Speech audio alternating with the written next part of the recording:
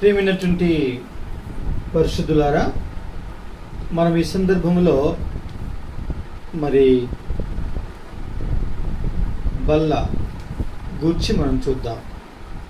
రెండవ వర్తమానముగా బల్ల అనేటువంటి విషయాన్ని మనం చూద్దాం. గమనించండి, ఈ బల్ల అనేటువంటి విషయం మొట్టమొదటిగా మనకు పాత నిబంధన గ్రంథములో, ముఖ్యంగా ప్రత్యక్ష గుడారం యొక్క విషయాన్ని మనం ధ్యానించినప్పుడు మనకు అక్కడ వెలుపలి ఆవరణములో బలిపీఠము, గంగాళము, తెర తెరుచుకొని లోపలికి వెళ్తే పరిశుద్ధ స్థలం. ఆ పరిశుద్ధ స్థలములో 3 వస్తువులు ఉంటాయి: దీపవృక్షము, బల్ల, ధూపవేదిక. ఈ బల్ల మీద సముఖపు రొట్టెలు ఉంచుతారు. సముఖపు రొట్టెలుంచు బల్ల.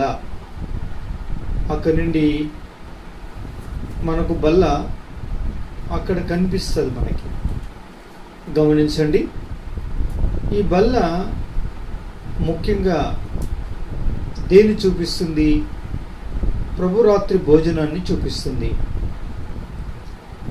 ప్రభురాత్రి భోజనంలో రొట్టెయు ద్రాక్షారసమును మనము చూడగలం. గమనించండి, ఈ యొక్క సందర్భంలో మనం రొట్టె అనే విషయాన్ని మనము ఉద్దేశించినప్పుడు ప్రభు మనకు ఏమైతే వర్తమానం ఇవ్వనన్నాడో మనం వింటాం. ప్రార్థన చేసుకొని విందాం. ప్రార్థన చేసుకుందాం. ప్రియమైన పరలోకపు తండ్రి, పరిశుద్ధమైన దేవా, నీకు స్తోత్రం. మరొకసారి ఆయన కృపా భాగ్యం ఇచ్చారు. ఇట్టి వాక్యం ద్వారా మాతో మాట్లాడండి. ఆత్మీయంగా మేలు క్షేమాన్ని పొందుటకు సహాయపడి మహిమ పొందమని వందనం చెల్లిస్తూ స్తుతిస్తూ యేసు నామములో ప్రార్థించి వేడుకొంచున్నాం తండ్రి, ఆమేన్. పరిశుద్ధ గ్రంథంలో మనము రొట్టె అనే విషయాన్ని మనము ధ్యానిస్తాం. రొట్టె కేవలం పిండితో చేయబడినది, అనగా గోధుమల చేత కానీ, యవల చేత కానీ, మొక్కజొన్నల చేత కానీ, పజ్జొన్నలు, తెల్లజొన్నలు అనే వాటి చేత కానీ చేయబడినది అనేటువంటి, అది ఆకలి తీర్చుకోవడం కొరకైనటువంటిది అని మాత్రము మనకు తెలుసు.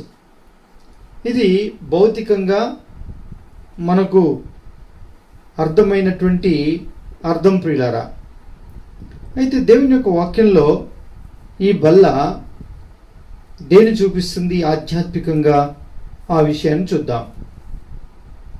ఆదికాండం 14వ అధ్యాయం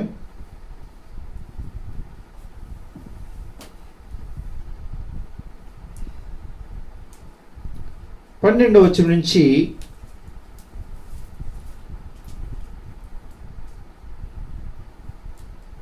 మనము చదువుకుందాం. ఆదికాండం 14వ అధ్యాయం 11వ వచనం నుండి. అప్పుడు వారు సొదొమ గొమొర్రాల ఆస్తి యావత్తు, వారి భోజన పదార్థములన్నీ పట్టుకొని పోయిరి. మరియు అబ్రహాము సహోదరుని కుమారుడైన లోతు సొదొమలో కాపురముండిన గనుక అతనిని, అతని ఆస్తిని పట్టుకొని పోగా, తప్పించుకొనిన ఒకడు వచ్చి హెబ్రీయుడైన అబ్రామునకు ఆ సంగతి తెలిపెను. అప్పుడు అతడు ఎష్కోలు సహోదరుడును ఆనేరు సహోదరుడునైన మమ్రే అను సహోదరుడును, ఆనేరు సహోదరుడునైన మమ్రే అను అమోరీయుని ఏలోను వనములో కాపురముండెను. వీరు అబ్రాముతో నిబంధన చేసుకున్నవారు. అబ్రాము తన తమ్ముడు చెరపట్టబడినని విని తన ఇంట పుట్టి అలవర్చబడిన 318 వెంట పెట్టుకుని దావును మట్టుకు రాజులను తరిమెను. రాత్రివేళ అతడును అతని దాసులను వారికెదురుగా మనులు తీర్చి వారిని కొట్టి దమస్కునకు ఎడమ తట్టున్న హోబా మట్టుకు తరిమి ఆస్తి యావత్తు తిరిగి తెచ్చి తన తమ్ముడైన లోతును అతని ఆస్తిని, స్త్రీలను, ప్రజలను తిరిగి తీసుకుని వచ్చెను. అతడు కదోల్రా యోమేరును అతనితో కూడనున్న రాజులను ఓడించి తిరిగి వచ్చినప్పుడు సొదొమ రాజు అతన్ని ఎదుర్కొనుటకు రాజు లోయను షావే లోయ మట్టుకు బయలుదేరి వచ్చెను. మరియు షాలేము రాజైన మెల్కీ సెదెకు రొట్టెను ద్రాక్షరసము తీసుకుని వచ్చెను. అతడు సర్వోన్నతుడగు దేవునికి యాజకుడు. చాలు గమనించండి. ఈ యొక్క సందర్భంలో పిల్లరా మనం ఎరుగుదము సొదొమ గొమొర్రా ప్రాంతంలో లోతు అనే అబ్రహాం సోదరుని కుమారుడైన లోతు కాపురం ఉంటున్నప్పుడు సంభవించిన సంభవం ఏమిటి అంటే, శత్రురాజులు వచ్చి సొదొమ గొమొర్రాల మీద పడి వారి ఆస్తిని, వారి తిను ఆహార పదార్థములను అన్నింటినీ కూడా పట్టుకొని పోయారు, చెరపట్టుకుపోయారు. ఈ సంగతి అబ్రహామునకు తెలియవచ్చినప్పుడు తన ఇంట పుట్టి అలవర్చబడిన 318 మండుగురిని వెంట పెట్టుకొని దాను మట్టుకు ఆ రాజుల్ని తరిమాడు. తరిమి వారితో యుద్ధము చేసి తరిమి వారిని ఓడించి వారు పట్టుకొని పోయినటువంటి దేని విషయం కూడా పోగొట్టుకోకుండా ఆస్తి యావత్తును, వారి పిల్లలు, స్త్రీలను అందరినీ పట్టుకొని వచ్చి అప్పగించేశాడు. లోతు తమ్ముడైన లోతును, అతని ఆస్తిని, స్త్రీలను, ప్రజలందరినీ పట్టుకొని వచ్చేసాడు. పిల్లలు ఎందుకు కానీ ఏమైంది అంటే, షాలేము రాజైన మెల్కీ సెదెకు రొట్టెను ద్రాక్షరసం తీసుకుని వచ్చెను. అతడు సార్వోన్నతుడు దేవునికి యాజకుడు. అబ్రహాం దగ్గరికి అబ్రహాముతో ఉన్నటువంటి 318 మండుగురికి ఆయన రొట్టెను ద్రాక్షరసం తీసుకుని వచ్చి ఇచ్చాడు అని రాయబడింది.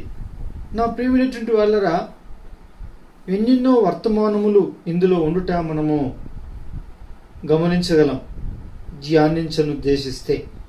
అవన్నీ మనకు ఈ సమయానికి అవసరం లేదు. ఇప్పుడు ఈ చోట మనకు అవసరమైనటువంటి విషయాన్ని మనము ధ్యానించుకొని ఇంకా ముందుకు వెళ్తాం. అదేంటి అంటే, ఈ ఆదికాండము 14వ అధ్యాయంలోని 18వ వచనంలో రాజైన షాలేము మెల్కీ సెదెకు అనే ఈయన ఏం చేశాడు? సమాధానమునకును నీతికి నీ రాజు అయిన ఈయన రొట్టెను తీసుకుని వచ్చాడు. గమనించండి నా ప్రియమైనటువంటి వాళ్ళరా, ఆ రొట్టెను ద్రాక్షరసం తీసుకుని వచ్చి వారికి ఇచ్చాడు. నా ప్రియులారా, ఈ సందర్భంలో ఈ యుద్ధ పోరాడి శత్రువును జయించి వీరెల్లరిని మరలా తీసుకుని వచ్చి అప్పగించుచున్నటువంటి శుభవేళలో ఈ మెల్కీ సెదెక్ అనే ఈయన ఎందుకు ఈ పని చేస్తూ ఉన్నాడు? అవును, అబ్రహాముతో ఉన్నటువంటి ఇంట పుట్టి అలవర్చబడిన ఈ 318 మండుగురికి అవసరమైనది. ఎందుకో తెలుసా అండి? అవును, వీరు పోరాడి అలసిన వారును అయ్యున్నారు, సోలిపోయిన వారును అయ్యున్నారు, విశ్రాంతి లేని వారును అయ్యున్నారు, బలహీనులను అయ్యున్నారు. కాబట్టి వీరిని ఈ విధములుగా వారిని బలపరచు నిమిత్తం షాలేము రాజైన మెల్కీ సెదెక్, సార్వోన్నతునికి యాజకుడైన ఈయన తీసుకుని వచ్చి అబ్రహామునికి ఇచ్చాడు. నా ప్రియమైనటువంటి వాళ్ళరా, బల్ల అనేటువంటి రొట్టె ఏం చేస్తుందండి అంటే చెప్పకనే చెప్పేసాం. మనకు ధ్యానించకుండానే అర్థమైపోయింది. రొట్టెలో పాలు పొందే మనకు, బలలో పాలు పొందేటువంటి మనకు ఈ రొట్టె ద్రాక్షరసం పుచ్చుకోవడం ద్వారా ఏం కలుగుతుంది? గమనించండి. కాబట్టి అబ్రాహాముతో ఉన్న ఈ మనుషులందరూ పోరాడినట్లు ఈ భూలోకములో శరీరములో జీవించుచున్న, భౌతిక లోకములో జీవించుచున్న మనము కూడా యుద్ధము అనే పోరాటములో ఉన్నాం. యుద్ధం అనే పోరాటంలో ఉన్నాం. నా ప్రియమైనటువంటి వాళ్ళారా, ఎప్పుడు మర్చిపోకూడదు, మనం పోరాటంలో ఉన్నాం. ఎలాగునా? దేవుని యొక్క వాక్యం అందుకు గాను ఏమని చెప్తుంది? యోబు గ్రంథంలో ఒక మాట ఉంది, చూడండి. యోబు గ్రంథం 7వ అధ్యాయం 1వ వచనంలో ఒకరు చదవండి, దయచేసి సహాయం చేయండి. యోబు గ్రంథం 7వ అధ్యాయం 1వ వచనం. భూమి మీద నరుల కాలము యుద్ధకాలం కాదా? వారి దినములు కూలివాని దినముల వంటివి కావా? చాలండి, ఇక్కడ రాయబడింది, భూమి మీద నరుల కాలము యుద్ధకాలం కాదా? గమనించండి. అబ్రహాము యొక్క పనివారు, ఇంట పుట్టి అలవర్చబడిన వారు చేసిన యుద్ధం, సొదొమ గొమొర్రాలను దోచుకుని పోయినటువంటి ఆ శత్రురాజుల మీద చేసినటువంటి యుద్ధం, పోరాటం ఒకసారి అయి ఉండవచ్చును. కానీ ఇక్కడ యోబు అంటాడు, నరుని జీవితెల్ల కాలం యుద్ధకాలమే కదా అది. కాబట్టి నరులమైనటువంటి మన యొక్క అనుదినం, ప్రతి వారం, ప్రతి నెల, ప్రతి సంవత్సరం, ప్రతి పూట, గడియ, గంట, ప్రతి నిమిషం, అనుక్షణం మనం యుద్ధరంగంలోనే ఉన్నాం. నా ప్రియమైనటువంటి వాళ్ళరా, అక్షరానుసారమైన శత్రువులను ఓడించడానికి అబ్రహాము వెళ్ళాడు. పిల్లరా, మనమైతే కంటికి అగుపించని అంధకార సంబంధమైన లోకనాథులు అనబడేటువంటి దురాత్మల యొక్క సమూహముతో మనం ఎప్పుడూ ఎల్లప్పుడూ పోరాడుతూ ఉన్నాం. లోకముతో పోరాడుతున్నాం, లోకాధికారితో పోరాడుతున్నాం, పాపముతో పోరాడుతున్నాం. మనకొచ్చే కష్ట నష్టాలు, వ్యాధి బాధలు, ఇరుకులు, ఇబ్బందులు, ఇప్పుడు వచ్చిన కరోనా లాంటి తెగుళ్ళ చేత మనం పోరాడువారమై ఉన్నాం. ఎన్నెన్నో పోరాటాలు ఈ భూలోకములో. నా ప్రియమైనటువంటి వాళ్ళరా, ఈ పోరాటాలు పోరాడి పిల్లరా, మనం ఏమయ్యే వారమైనాం? అవిశ్రాంతి పరులము, బలహీనులము అయ్యేవారంగా ఉన్నాం. అందుకే మనకు పరలోకమందున్నటువంటి తండ్రి షాలేము రాజు అను సమాధానపు రాజును, మొదట ఆయనకు నీతి అను రాజు అని పేరు పెట్టబడినటువంటి మెల్కీసెదెక్ అనేటువంటి ఆ క్రీస్తు యేసు ప్రభు వారిని ఈ భూలోకంలోనికి పంపించాడు. పిల్లరా, ఈ భూలోకంలోనికి పంపించిన ఆ సమాధానపు రాజు, మొట్టమొదలు నీతికి రాజు అని అర్థమిచ్చే నామధేయము కలిగినటువంటి ఈ రాజు నీ నిమిత్తమై, నా నిమిత్తమై, మనని నీతిమంతులుగా తీర్చు నిమిత్తం, మనని సమాధానపరచు నిమిత్తం, సమాధాన పరులముగా అవ్వు నిమిత్తం మన కొరకు ఆయన కల్వరి శిలువలో తన ప్రాణాన్ని పణంగా పెట్టాడు. మనకు బదులుగా ఆయన చనిపోయి సమాధి చేయబడి తిరిగి లేచాడు. ఆయన యొక్క శరీరమును మన కొరకు విరిచినాడు. దెబ్బలు తిని, విరగొట్టబడి, నలుగొట్టబడి, ఆయన పొందిన గాయముల ద్వారా మనకు నెమ్మది, స్వస్థతను ప్రసాదించి మనకు, మన ప్రాణాత్మ దేహములకు విశ్రాంతిని కలిగించిన నిమిత్తం తన అవిశ్రాంతి పరుడై మన శిక్షను తాను భరించాడు. నా ప్రియమైన సహోదరి సహోదరులారా, ఈ రీతిగా మన కొరకై సమాధానపు రాజును ఈయన మొదట నీతికి రాజు అయినటువంటి ఈయన మన కొరకు ఈ రీతిగా కల్వరి శిలువ యొక్క యాగాన్ని వనర్చి నా కొరకు సర్వలోకమునకు ఆయన నీతిని సమాధానమును ప్రసాదించాడు. పాపము చేత కొట్టబడుతున్న, లోకము చేత కొట్టబడుతున్న, అంధకార సంబంధమైన లోకనాదులతో కొట్టబడుతున్న, పీడించబడుతున్న, మరణం యొక్క బలం గలవాడైన అపవాది చేత భయభ్రాంతులకు గురి అయి లోకం తల్లడిల్లుతున్నటువంటి లోకం కొరకై అట్టి వారమైన మన ప్రాణాలకు నెమ్మది కలిగించే నిమిత్తం ఈ లోకం వదిలిపెట్టిన విశ్రాంతిని అనుగ్రహించడానికి కొరకై ఆయన ప్రాణం పనంగా మన కొరకు బలిగా అర్పణగా చేయబడ్డాడు. మనకు బదులుగా ఈ కార్యము చేసి చనిపోయినట్టే చనిపోయి సమాధి చేయబడి మరలా తిరిగి లేచాడు. లేచిన క్రీస్తు అంటున్నాడు, ఏమంటున్నాడో తెలుసా? నా ఎదుకు రండి, నేను మీ ప్రాణములకు నెమ్మదిని విశ్రాంతినిస్తానని. ఇదిగో ఒక రొట్టెను ఎత్తుకొని కృతజ్ఞతాస్తుతులు చెల్లించి ఇది మీ కొరకే విలువబడిన శరీరము అని చెప్పాడు. రొట్టెను ఎత్తుకొని.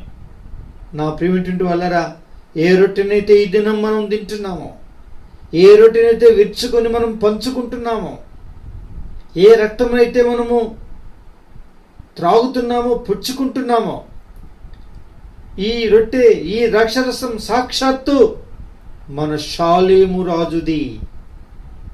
మొదట నీతికి రాజును అర్థం ఇచ్చేటువంటి మెల్కీసెదెకని క్రీస్తు యేసు ప్రభు వారి యొక్క శరీరం, సాక్షాత్తు అయిన శరీరం అని ఈ బల్ల మనకు నొక్కి వక్కానిస్తూ ఉంది.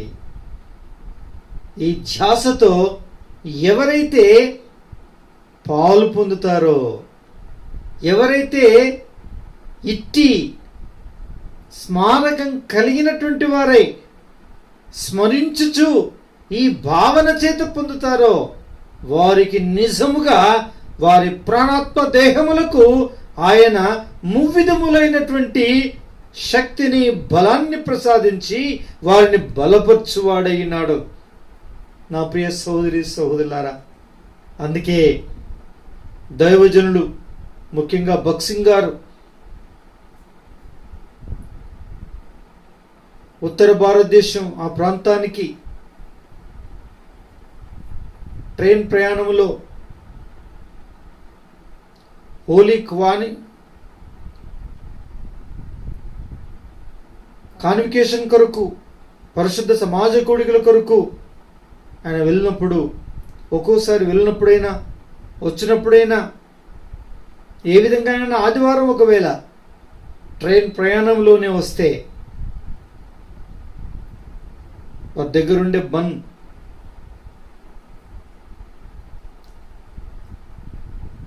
ఒక బాటిల్లో లేక ఒక చెంబులో, జగ్గులో నీళ్లు తీసుకొని దాంట్లో పండ్ల రసాయమును కలిపి ఇది ప్రభు శరీరమని, ఇది ప్రభు రక్తమని ఆ యొక్క ట్రైన్ ప్రయాణంలోనే ఆరాధన చేసి బల్లవాక్యము చదివి ఇది సాక్షాత్ ప్రభు శరీరం, ప్రభు యొక్క రక్తమని ఈ మాటలు చదివి ప్రార్థన చేసి విరిచి తలాయింత పంచిపెట్టేవాడంట తనతో ఉండేటువంటి వారికి. ఏమైతుందండి? లేదు. తప్పనిసరి మనకు అవసరం. అది దైవజను యొక్క గ్రహింపు. ఈ దినాల్లో ప్రేమింటి వల్లరా అనేకులకి ఇలాంటి పట్టింపు లేదు. దాని గురించిన ధ్యాస లేదు. దాని విలువేంటో తెలియదు ప్రియులరా. ఎంతో విషాదకరమైన విషయం. కాబట్టి రొట్టె ఏం చేస్తుందంటే మన ప్రాణాత్మ దేహములకు ఏమిస్తుంది? శక్తిని, బలమును, ఆదరణను, విశ్రాంతిని, నెమ్మదిని అనుగ్రహిస్తుంది. అందుకే షాలేము రాజైన మెల్కీసెదెక్ యుద్ధములో నుంచి వచ్చుచున్నటువంటి అబ్రహాం తనతో ఉండేటువంటి 318 మంది వరకు ఇట్టి ద్రాక్షరసాన్ని రొట్టె నిజపడానికి వచ్చాడు. నా ప్రియమింటి వాళ్ళరా, ఎంత మంచి మాట.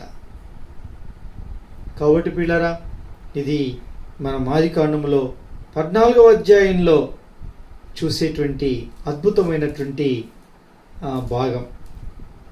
ఆదికాండం 18వ అధ్యాయంలో ఇంకో సందర్భాన్ని చూద్దాం. అదేంటి అంటే గమనించండి, 4వ వచనం లేక 3వ వచనం. ప్రభువా, నీ కటాక్షము నా మీద ఉన్నట్లా ఇప్పుడు నీ దాసుని దాటిపోవద్దు. నేను కొంచెము నీళ్లు తెప్పించదను. దయచేసి కాలు కడుక్కొని ఈ చెట్టు కింద అలసట తీర్చుకొనుడి.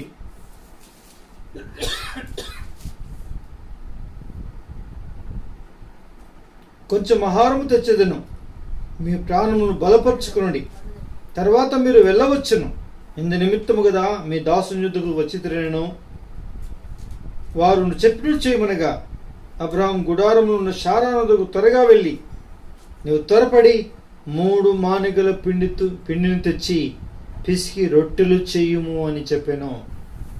ఆయన దినం ఇచ్చిన విందులో, ఆ దినం ఆయన ఏర్పాటు చేసినటువంటి ఈ యొక్క భోజనములో ప్రధాన భోజన పదార్థం ఏది అంటే పిల్లరా, రొట్టెలు. గమనించండి, రొట్టె. ఇదేంటండి? ఇది దేవుడితో వచ్చినటువంటి ఇద్దరికి, మొత్తం కలిసి ముగ్గురికి, ఈ ముగ్గురు నెరుగుదము త్రిత్వానికి ఆయన విందు సిద్ధం చేస్తూ ఉన్నాడు. ప్రధానమైన ఆహార పదార్థం రొట్టె. నా ప్రియులారా, దాని ఆధ్యాత్మికమైన అర్థం ఏంటో తెలుసండి. ఇక్కడ చెప్పాడు, మీ ప్రాణములను బలపరుచుకునుడి, తర్వాత మీరు వెళ్ళవచ్చును. ఇందు నిమిత్తము కదా మీరు వచ్చి ఉన్నారు. ఎంత మంచి మాట. నా ప్రియ సహోదరి సహోదరులారా, రొట్టె ఏం చేస్తుంది? మీ ప్రాణములను బలపరుస్తుంది. ఎవరన్నారండి ఈ మాట? అక్కడ షాలేమును మెలికి సెదేకు కాదు అన్నది. అక్కడ ఆయన అన్నాడు. ఇక్కడ అబ్రహాం అంటున్నాడు, వాళ్ళతో వచ్చిన త్రిత్వంతో అంటున్నాడు, మీ ప్రాణములను బలపరుచుకునడి. అర్థమైందండి? ఎంత అద్భుతం, ఎంత ఆశ్చర్యం. నా ప్రియమైనటువంటి వాళ్ళరా, దేవుడికి, తండ్రి అయిన దేవుడికి, కుమారుని యేసుక్రీస్తు ప్రభువారికి, పరిశుద్ధాత్మను త్రిత్వానికి అవసరమై ఉన్నది. ఏంటో తెలుసండి? రొట్టె అవసరమైనది. అనగా ప్రాణములు బలపరుచుకున్నట్టు కొరకే అవసరమై ఉన్నది. నా ప్రియమైనటువంటి వాళ్ళరా, ఎందుకు వారి ప్రాణములు బలపరుచుకోవలసిన వారై ఉన్నారు? గమనించండి, శరీర సంబంధి అయిన తన సహోదరుని కుమారుని లోతును, ఆస్తిని, వారి పిల్లల్ని, వారి భార్యని, వారికి కలిగినటువంటి వారందరినీ రక్షించడానికి అబ్రహాం వెళ్ళి అలసిపోతే త్రిత్వము యొక్క ప్రాణం ఎందుకు అలసిపోయిందండి? త్రిత్వం యొక్క ప్రాణం బలహీనం ఎక్కడైందండి? నా ప్రియమైనటువంటి వాళ్ళరా, మనకి ఇక్కడ అర్థం కాదు. ఈ 18వ అధ్యాయంలో 20వ వచనం మాత్రం చదివితే అర్థమవుతుంది. ఆదికాండం చదవండి. ఆదికాండం 18వ అధ్యాయం 20వ వచనం. మరియు యెహోవా సొదొమ గొమొర్రాలను గూర్చిన మొర గొప్పది గనుకను, వాటి పాపము బహు భారమైనది గనుకను, నేను దిగిపోయి నా యొద్దకు వచ్చిన ఆ మొర చొప్పునే వారు సంపూర్ణంగా చేసిరో లేదో చూచుదును. చేయని ఎడల నేను తెలుసుకొందునను. దీని చేత అలసిపోయాడు. దేని చేత అలసిపోయాడు? నా ప్రియమైనటువంటి వాళ్ళరా, సొదొమ గొమొర్రాలను గూర్చిన మొర విని విని విని అలసిపోయాడు.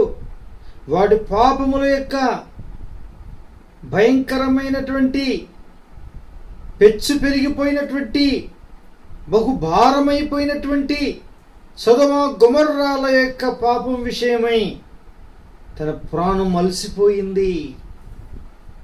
తన ప్రాణం అలసిపోయింది. నేను సృజించిన మనుషులే, నేను అభివృద్ధి పరిస్తే అభివృద్ధి అయినటువంటి పట్టణాలే ఈ పట్టణాలు. కానీ ఈ దినం ఈ పట్టణములు, ఈ మనుషులు నన్ను జ్ఞాపకము చేసుకోలేని వారుగా తయారయ్యారు. అయిష్టమైనటువంటి పాప కార్యములన్నీ చేసేవారుగా తయారయ్యారు. బహు ఘోరమైనది, బహు భారమైపోయినది. దాని గూర్చిన మొరను గూర్చి విని విని విని విని వాటి పాపముల యొక్క భారమును గూర్చి భరించి భరించి భరించి నా ప్రియులరా, దేవుడు అలసిపోయాడు. త్రిత్వం అలసిపోయారు. నా ప్రియులరా, త్రిత్వం అలసిపోయారు. చూసారా, ఈ దినం నా ప్రియమైనటువంటి వాళ్ళరా,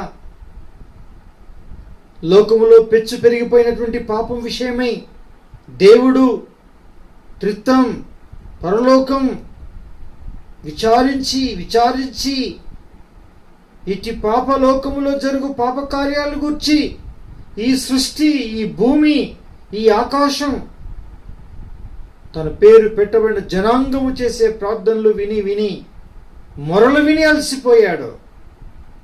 లోకములో పెచ్చి పెరిగిపోతున్న పాపం యొక్క భారాన్ని భరించలేక మూలుగుతున్న సృష్టి యొక్క మూలుగను విని విని అలసిపోయాడు. నా ప్రియ సోదరి సోదరులారా, ఇప్పుడు ఆయన ప్రాణమునకు బలం కావాలి. ఎవరి బలం సమకూర్చేవారు? అలనాడు సొదొమ గొమొర్రాల యొక్క పాపమును గూర్చి, వాటి వినాశమును గూర్చిన మొరను గూర్చి విని విని తలంచి ఆలోచించి ప్రాణం బలహీనమైతే, ఈ దినం యావత్ ప్రపంచం యొక్క పాపం బహు ఘోరమైనదియు, బహు భారమైనదియు, దాని మొర, దాని ఘోష బహు ఎక్కువైపోయినది. నా ప్రియులరా, ఇట్టి పాపలోకము యొక్క దీన్ని గూర్చినటువంటి ఈ మొర, దీని పాపమును గూర్చిన ఈ భారం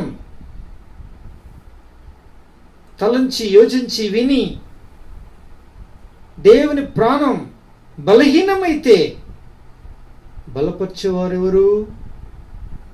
నా ప్రియమైనటువంటి వాళ్ళరా, అప్పుడు ఆ సమీపంలోనూ ఉండే అబ్రహాం దేవుడికి కనిపించాడు. ఈ దినం దేవుడు పరమందు నుంచి తొంగి చూస్తున్నాడు. ఈ సమయంలో నా ప్రాణాన్ని బలపరిచే భక్తుడెవరు?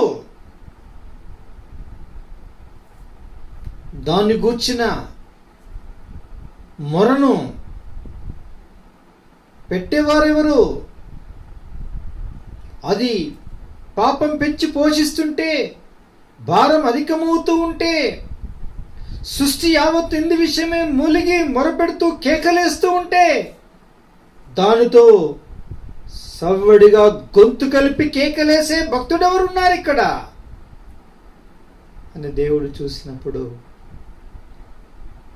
ఎవరు కనిపిస్తారో వారు అబ్రహాం. నా ప్రియమైనటువంటి వాళ్ళరా, రాత్రికి రాత్రి చూస్తున్నాడు. యావత్ క్రైస్తవ లోకం నిద్రపోతుంది. రాత్రికి రాత్రికి చూస్తున్నాడు. సంఘాలకు సంఘాలు నిద్రపోతున్నాయి. కుటుంబాలను చూస్తున్నాడు. కుటుంబాలు నిద్రపోతున్నాయి. పరిచారకుల్ని చూస్తున్నాడు. పెద్దలను చూస్తున్నాడు. ఆస్తిపాస్తుల కొరకు, పదవుల కొరకు, స్థానాల కొరకు బోధించటానికి కలలు కని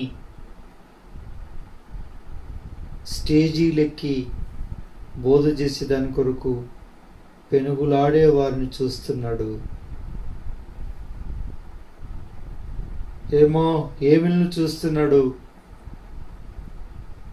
టాప్ టు బాటం, క్రింది నుంచి పైకి, పై నుంచి కిందికి యావత్ క్రైస్తవ లోకాన్ని చూస్తున్నాడు. నా ప్రియ సోదరి సోదరుడా, ఆయనకు మూలుగుతున్న సృష్టి యావత్తుతో మూలిగి ప్రార్థన చేస్తున్న ఒక్క భక్తుడు కనిపించట్లేదు. నా ప్రియమైన వాళ్ళరా, ఇది ఆయన బాధ, ఇది ఆయన దుఃఖం. అదే భారం అనుకుంటే, అదే పెరిగి పెద్దగైన పాపం, దాని ఘోష భయంకరం అనుకుంటే, దాన్ని పట్టించుకునే నాదుడు లేక కనిపెట్టేవారు కనిపించని కారణాన లోకమందంతటి వాడెవడున్నాడో వాడిని బలపరుస్తానని ఉద్దేశించినప్పుడు, ఆయన సంచరించి తన కన్నులు దృష్టి అంతా చూస్తూ ఉన్నప్పుడు ఎవరూ కనిపించకపోయేసరికి ఆయన ఎంతో బాధపడువాడుగా ఉన్నాడండి. నా ప్రియమైనటువంటి వాళ్ళరా, ఈ దినం నీవున్నావా? అలా ఆయన చూసినప్పుడు నువ్వు ఆయన దృష్టికి కనిపిస్తున్నావా? నా ప్రియ సోదరి సోదరుడా, అందుకే ఈ దినం ఒక చిన్న ప్రార్థన చేసుకుందాం. ప్రభువా, నన్ను మన్నించండి, నన్ను క్షమించండి. స్టేజ్ ఎక్కి బోధించాలని, స్టేజ్ ఎక్కి పాట పాడాలని, నేను ఒక పేరు ప్రఖ్యాతి సంపాదించేవానిగా కావాలని, పదవి వ్యామోహముల కొరకు, అధికార దాహము నిమిత్తం రకరకాలైనటువంటి వాడి కొరకు పెనుగుడాలి అలసిపోయినాను. కానీ వినాశనం అయిపోయే ఈ లోకం కొరకు, వాటి విమోచనార్థం మొరపెడుతున్నటువంటి భూమి ఆకాశములు యావత్ సృష్టితో పాటు నేను మూలిగి ప్రార్థించలేని పరిస్థితిలో ఉన్నాను. దేవా, నన్ను మన్నించు, నన్ను క్షమించమని ప్రభు దగ్గర అడుగుదాం. ఓ క్రైస్తవ లోకమా, సృష్టికర్త అయిన దేవుని ఎదుట తల వంచి ప్రార్థన చేద్దాం. అనగా మెడలు వంచుదాం, నడుము వంచుదాం, మోకాళ్ళు ఉంచుదాం, చీళ్ళ బండలు ఉంచుదాం. ప్రభు సన్నిధిలో మనం వంచబడిన వారమై పిల్లరా సాగిలపడి నమస్కరించి ఆయన సన్నిధానములో ప్రార్థన చేద్దాం. అట్టివారు కావాలని యేసయ్య చూస్తూ ఉన్నాడు. అదే ఈ రొట్టె యొక్క అర్థం. ఇందు నిమిత్తమే కదా నీ దాసుని యుద్ధకు వచ్చారు. ఆఫ్టర్ ఆల్ మానవ మాత్రుడు అబ్రహాం ఏ పాటివాడు? సర్వలోక సృష్టికర్త అయిన దేవుడు ఆ త్రిత్వం గుడారపు ద్వారముందు కూర్చున్న ఎండవేళ అబ్రహామును సమీపించడమేమిటి? ఇందు నిమిత్తమే కదా మీరు వచ్చారు, మీ ప్రాణములను బలపరుచుకొనుడి. ఎంత అద్భుతం అండి! ఒక నరుడు ఉన్నాడు, ఆ నరుడు ఈ భూలోకంలో ఉన్నాడు. దేవుడు ఉన్నాడని నమ్మాడు. అతడు వానికి నీతిని ఆరోపించాడు, నీతిమంతునిగా తీర్చిదిద్దాడు. అతడున్నాడు, పదండి అని వచ్చాడు అన్నట్టే అతని చేత ఆదరించబడ్డాడు. ఇప్పుడు నీ ద్వారా, నా ద్వారా ఆయన ఆదరించబడగలడా? ఒక దినమైన సాక్ష్యం ఇవ్వగలడా? ఫలానా రేయి మొదటి జామున లోకం నిద్రిస్తూ ఉంటే, నువ్వు మోకాళ్ళ మీద ఉండి మొరపెడుతూ ఉంటే, ఆ మొరలు ఆలకించి నువ్వు మూలుగుతున్న మూలుగులు సృష్టితో పాటు కలిసి వచ్చినవి నా దగ్గరికని ఆ దేవుడు సాక్ష్యం ఇవ్వగలడా? నా ప్రియ సోదరి సోదరుడా, అట్టి వారి కొరకు ఆయన ఎదురు చూస్తున్నాడు. అట్టివారే ఆయన ప్రాణానికి సేద తీర్చేవారు. అట్టివారే ఆయన భారాన్ని భరించేవారు. అట్టివారే బద్దలైన సందుల్లో నిలవదగినటువంటి మానవుడు. సృష్టికర్తని దేవుడు ఎదురు చూస్తున్నవాడు వాడే. వాడివి నీవేనా? అట్టి గుంపులో నీ ఉంటివా? నా ప్రియ సోదరి సోదరుడా, ధన్యుడు ధన్యురాలు. కాబట్టి నా ప్రియమైన వాళ్ళరా, ప్రభు దగ్గర మనం క్షమాపణ కోరుకుందాం. ప్రభువా, నన్ను మన్నించు, నన్ను క్షమించు, నన్ను కడగండి. నేను ఈ భారం ఎప్పుడు నీతో పంచుకోలేదు. నాయనా నీకు నేను ఏదో అబ్రహాం ఆ కాలంలో ఇచ్చాడులే, మన దగ్గరికి ఎందుకు వస్తాడు యేసయ్య, తిత్తు మన ఎందుకు దర్శిస్తారు, వాళ్ళకి మనం ఏమి ఇచ్చేది ఉంటుందిలే అని అనుకుంటున్నావా? అది దాని అర్థం కాదని పరిశుద్ధాత్ముడి దినం ప్రబోధిస్తున్నాడు. ప్రతి నిత్యము నీతో విందారగించాలని, నీ దగ్గరికి రావాలని ఎదురు చూస్తున్నాడు. కానీ నీవు సిద్ధంగా లేవు. నీవు గుడారము యొక్క ద్వారం ముందు కూర్చోవట్లేదు. పగటి వేళ గుడారపు ద్వారం ముందు కూర్చున్న అబ్రహాం వలె ఏ ఒక్కడు ఆయనకు కనిపించటం లేదు. నా ప్రియమైన వల్లరా, అందులో ఆధ్యాత్మికమైన అర్థం ఉంది. ఆ రీతిగా కనిపించగలిగిన వారైతే, కనిపించేవారు ఎవరు కనిపించినా సరే వారి దగ్గరకు వస్తాడు, వారిచ్చే విందును ఆరగిస్తాడు. అంటే సాక్షాత్ అక్షరాంశం రొట్టి ఇప్పుడు చేసి పెట్టాలా, మందకెళ్ళి ఓ దూడను వధించానా, దున్నుగడ్డలు తీసుకొచ్చి ముందు పెట్టవలైనా, ఎట్టి ఆహారం సిద్ధపరిచినది పెట్టవలైనా తింటాడు ఆయన? తింటాడు. ఆధ్యాత్మికంగా వాటి అర్థవంతమైన ఆధ్యాత్మికమైన చర్యలు మనం చేయగలిగే వారమైతే ఆయన సంతృప్తి చెంది, అబ్రహామా నా స్నేహితుడా, నేను చేయబోనది నీకు దాస్తానా, నేను చెప్పాలని వచ్చాను, కరెక్ట్గా నువ్వు నాకు దొరికావు, నచ్చావు, చిక్కావు, చెప్తున్నాను విను అంటాడు. నా పిల్లారా, ఎంత అద్భుతం, ఎంత ఆశ్చర్యం! ఈ భాగ్యం నీకుందా? కాబట్టి నా ప్రియమైన వాళ్ళరా, ప్రతిష్ఠించుకుందాం, ప్రభువుకు అప్పగించుకుందాం, ప్రభువులో ప్రార్థన చేద్దాం. ప్రభు మనల్ని దీవిస్తాడు, మనల్ని ఆశీర్వదిస్తాడు. నా ప్రియ సోదరి సోదరులారా, అందుకే మనం ప్రతిష్ఠించుకుందాం, ప్రభువుకు అప్పగించుకుందాం. 14వ అధ్యాయంలో షాలేము రాజైన మిల్కీ సెదెక్ అబ్రహామునకు రొట్టె ద్రాక్షారసం ఇస్తే, 18వ అధ్యాయంలో అబ్రహాం త్రిత్వమునకు విందు భోజనాన్ని ఏర్పాటు చేశాడు. ఇది సత్సంబంధం. ఇది దేవుడికిని, దేవుని భక్తులైన వారికి మధ్యన ఉండేటువంటి బంధము, బాంధవ్యం, పిల్లరా, బంధుత్వం.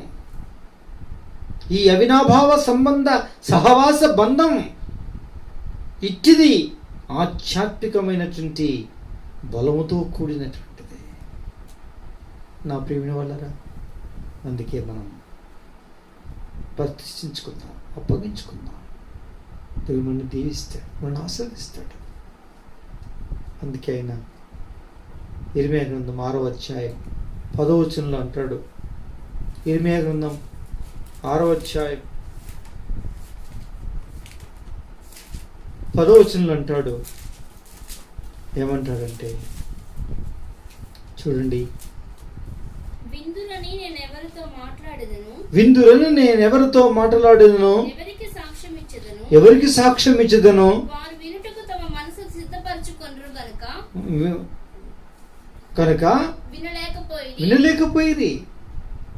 ఇదిగో వారు యెహోవా వాక్యమందు సంతోషము లేని వారే దాన్ని తృణీకరింతురు. అది పైగా ఇంకా చూసారు, ఎవరితో మాట్లాడతాడు?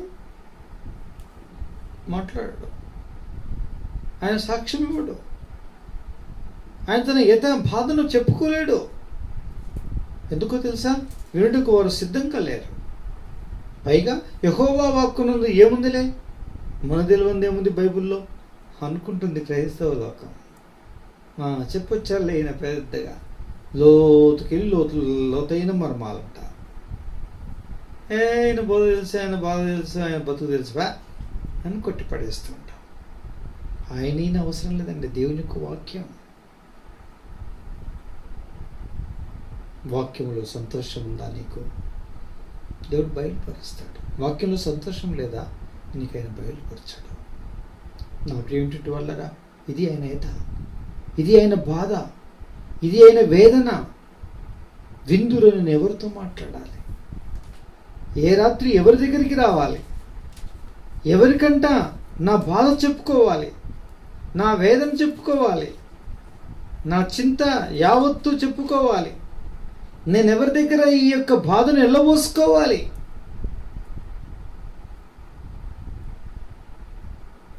కరోనా వైరస్ కోరల్లో చిక్కుకొని విలువలాడిపోతున్న ఈ లోకం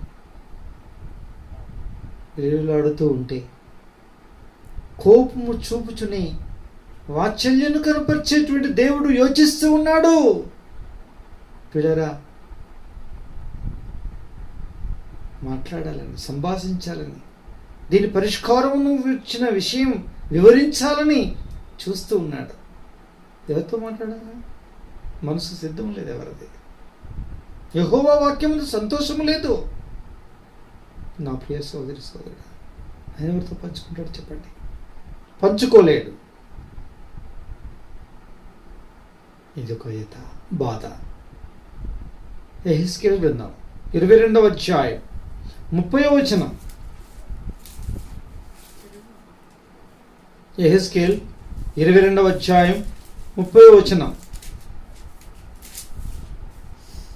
నీవు అన్యజనులతో నేను దేశమును పాడు చేయకున్నట్లు ప్రాకారమును దిట్టపరచుటకును బద్దలైన సందుల్లో నిల్చుటకును తగిన వాడెవడని నేను ఎంత విచారించినను ఒకడైనను కనపడలేదు. కావున నేను నా క్రోధమును వారి మీద కుమ్మరింతును, వారి ప్రవర్తన ఫలం వారి మీదకి రప్పించి నా ఉగ్రతాగ్ని చేత వారిని దహింతును. ఇదే ప్రభు అయిన యెహోవా వాక్. చూసారా? 29వ వచనంలో చూస్తే, మరియు సామాన్య జనులు బలాత్కారము చేయొచ్చు, దొంగిలించుదురు, వారు దీనులను దరిద్రులను హింసించుదురు, అన్యాయముగా వారు పరదేశులను బాధించుదురు. నేను దేశం పాడు చేయకున్నట్లు ప్రాకారం దిట్టపరచుటకు బద్దలైన సందులు నిలుచుటకు తగిన వాడు ఎవడని ఎంత విచారించిన ఒక్కడైనా నాకు కనబడలేదు. ఇది ఇంకో యథ.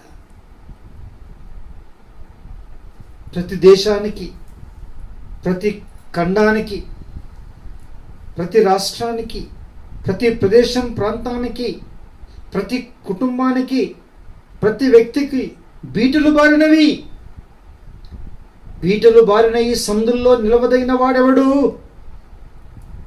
ఓ దేవా, ఆగు, ఆపు నాయనా, ఈ తెగులు ఇంకెంతకాలం, ఇంకెంతమందిని సంవరిస్తుంది నాయనా?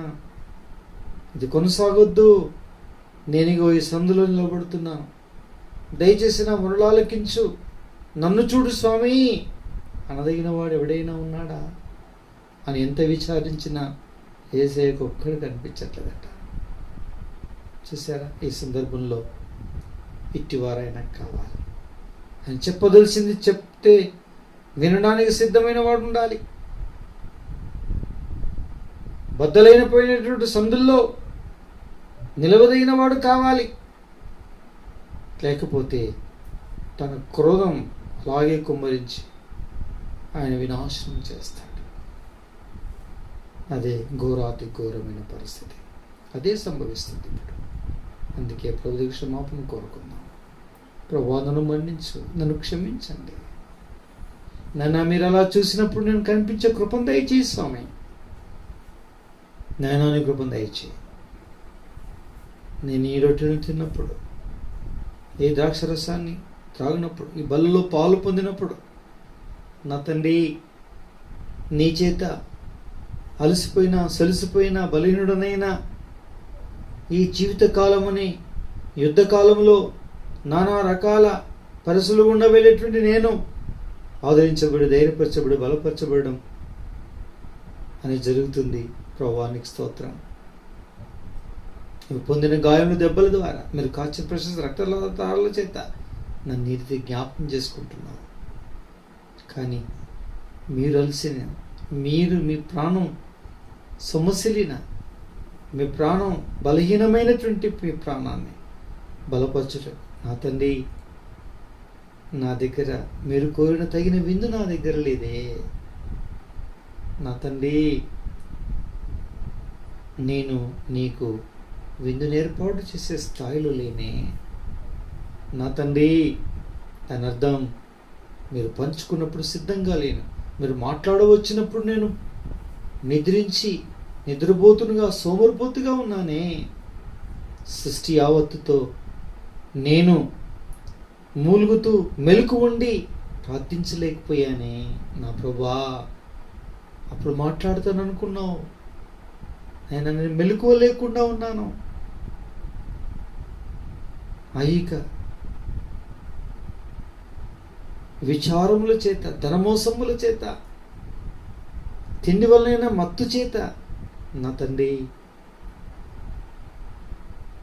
ఆహార సమృద్ధి చేత, నిర్విచారమైన సుఖస్థితి చేత తులుదుగుతూ నేను నిర్లక్ష్యము చేశాను ప్రభువా.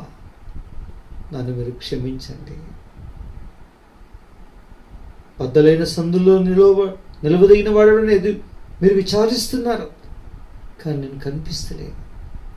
కారణం ఇదే, ఆహార సమృద్ధి, నిర్విచారము సుఖస్థితి. నా వరకైతే ఏం రాలేదు, నాకేం చింత అనే జాబితాలో ఉన్నాను. ప్రభువా క్షమించు, నన్ను కడుగు, పవిత్రపరచు. ప్రతిష్ఠించుకుందామా? ప్రతిష్ఠించుకుందాం. బలలో పాలు పొందు విషయం, రొట్టెలో పాలు పొందు విషయం, రాక్షసంలో పాలు పొందు విషయం. రెండో సంగతి పిల్లారా, మనం ఆయనకి విందిచ్చే విషయంలో మనం ఎట్లున్నాం?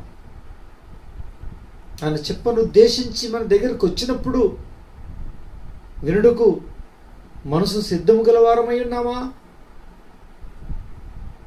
బద్దలైన సందులో నిలదగినటువంటి యోగ్యులుగా ఉన్నామా? ఆయన ప్రాణాన్ని ఈ రీతిగా ఈ చొప్పున బలపరచు వారంగా ఉన్నామా? సెదతిచ్చే వారంగా ఉన్నామా?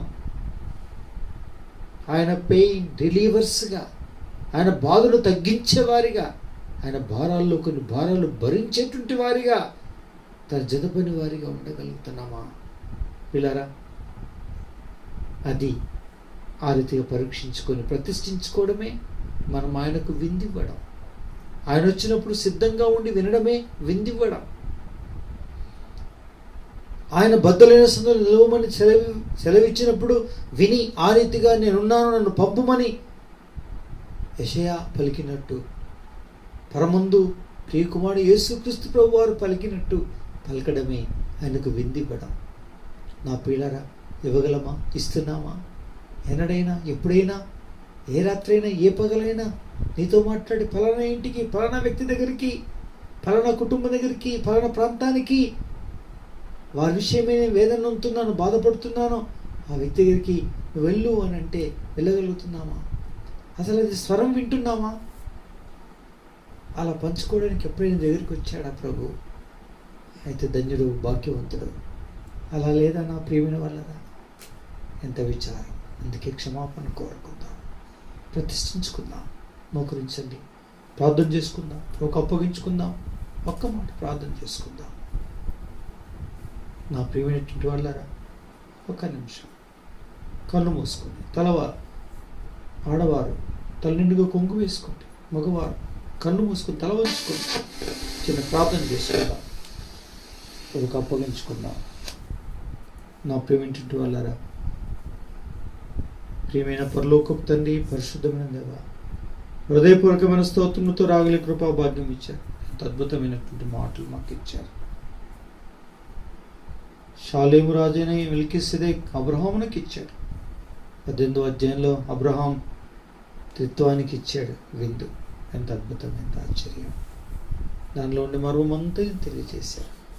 దేవా, మేము అలా ఇవ్వాలని, మేము ఆ స్థాయిలోనికి ఎదగాలని, అలా మీ భారం మాతో పంచుకోవడానికి వచ్చినప్పుడు సిద్ధంగా ఉండాలని, మీరు బద్దలైన సందుల్లో నిలవదగిన వాడెవడని విచారించినప్పుడు మీకు కనిపించాలని, నేనున్నాను, నా దేవా నన్ను పంపు, నన్ను నిలవబెట్టు, నన్ను ఉంచు, నేను ఉంటాను అని అనదగిన వారము కావాలని మీరు కోరుతున్నారని తెలియజేసి, అలా అప్పగించుకోవడమే విందని మాతో మాట్లాడారు. స్తుతిస్తున్నాను.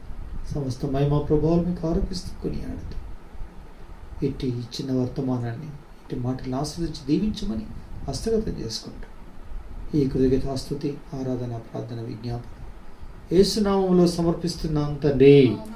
ఆమేన్.